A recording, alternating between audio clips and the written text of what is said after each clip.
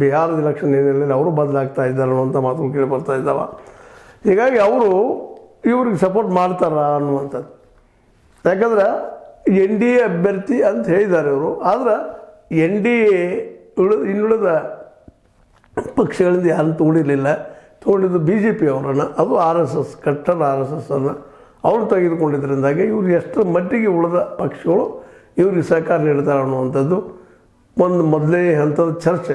ಜೊತೆಗೆ ಈಗಾಗಲೇ ಎಲ್ಲರೂ ಒಂದಾಗಿ ನಾವು ಉಪರಾಷ್ಟ್ರಪತಿ ಆಯ್ಕೆ ಮಾಡಿಕೊಳ್ಳೋಣ ಅಂತೇಳಿ ತಮ್ಮ ಗರಡಿಯಲ್ಲಿ ಬೆಳೆದ ವ್ಯಕ್ತಿಯನ್ನು ತಂದು ನಿಲ್ಲಿಸಿದ್ದಾರೆ. ಇದಕ್ಕೆ ಇನ್ನುಳಿದ ಇಂಡಿಯಾ ಘಟಬಂಧನಗಳಾಗಿರ್ಬೋದು, ಎನ್ ಡಿ ಎದಲ್ಲಿ ಕೆಲವೊಂದು ಘಟಬಂಧನಗಳು ಅಥವಾ ಸಂಘಟನೆಯ ಮೆಂಬರ್ ಆಗಿರ್ಬೋದು ಒಪ್ತಾರೇನು ಇದನ್ನು ಅನ್ನುವಂಥದ್ದು ಒಂದು ಮಾತು ಚಲಾವಣೆ ಶುರುವಾಗಿದೆ. ಈಗಾಗಲೇ ಚರ್ಚೆ ಶುರುವಾಗಿದೆ. ಯಾಕಂದ್ರೆ ನಮ್ಮ ಜಗದೀಪ್ ಧನ್ಕರ್ ಅವರು ಸಹಿತ ಕಟ್ಟರ್ ಆರ್ ಎಸ್ ಎಸ್ ಮೇಲೆ ಭಕ್ತಿ ಇದ್ದಂಥ ವ್ಯಕ್ತಿ.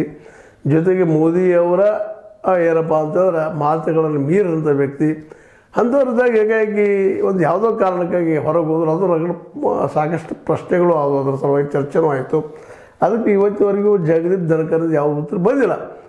ಮುಂದೆ ಬರ್ತದೋ ಏನಾಗ್ತದೆ ನೋಡೋಣ. ಬಟ್ ಈಗ ಮಾತ್ರ ಏನಾಗಿದೆಪ್ಪ ಅಂತಂದ್ರೆ ಈಗ ರಾಧಾಕೃಷ್ಣನ್ ಅವರು ಆಯ್ಕೆ ಮಾಡಿದ್ರಿಂದಾಗೆ ಜಗದೀಪ್ ಧನ್ಕರ್ನ ಮತ್ತು ಹೊಳ್ಳಿ ಅವ್ರನ್ನ ಕರೆಸಿ ಉಪ ರಾಷ್ಟ್ರಪತಿನ ಮಾಡ್ಬೋದಿತ್ತು ಅನ್ನುವಂಥ ವಿಚಾರಗಳು ಇವತ್ತು ಕಮ್ಮಿ ಹೋದಂಗೆ ಆಗಿದಾವ. ಹೀಗಾಗಿ ಇನ್ನು ಈ ರಾಧಾಕೃಷ್ಣನ್ ಅವರು ಉಪರಾಷ್ಟ್ರಪತಿ ಒಂದು ವೇಳೆ ಇವ್ರು ನಿಲ್ಲಿಸಿದ್ರೆ ಹಾಗೆ ಆಗ್ತಾರೆ ಅನ್ನೋಂಥ ಮಾತುಗಳಿದ್ದಾವೆ. ನಿಲ್ಲಿಸ್ತಾರೆ, ಏನು ಪ್ರಶ್ನೆ ಇಲ್ಲ. ಅದ್ರೊಳಗೆ ಸ್ವತಃ ಮೋದಿ ಅವರ ರೆಕಮೆಂಡೇಷನ್ ಮಾಡಿದ ಮೇಲೆ ಉಳಿದ ಪ್ರಶ್ನೆ ಎಲ್ಲ ಬರೋದಿಲ್ಲ. ಅದು ಇನ್ನೊಂದು ನಿಮ್ಗೆ ಗೊತ್ತದ, ಒನ್ ಪಾರ್ಟಿ ಸಿಸ್ಟಮ್ ಇದ್ದಾಗ, ಒನ್ ಮ್ಯಾನ್ ಪಾರ್ಟಿ ಸಿಸ್ಟಮ್ ಇದ್ದಾಗನ ಅವರು ಒಂದಿಷ್ಟಲ್ಲಿ ಆರ್ ಎಸ್ ಎಸ್ ಅದು ಮಾತು ನಡೀತದೆ. ಆರ್ ಎಸ್ ಎಸ್ ಅವರು ಹೇಳಿದ ಒಂದಿಷ್ಟು ಕೆಲಸಗಳು ಆಗ್ತಾವೆ ಅನ್ನೋದು ಒಂದು ನಂಬಿಕೆ. ಆ ದಿಶೆಯಲ್ಲಿ ರಾಧಾಕೃಷ್ಣನ್ ಅವರನ್ನು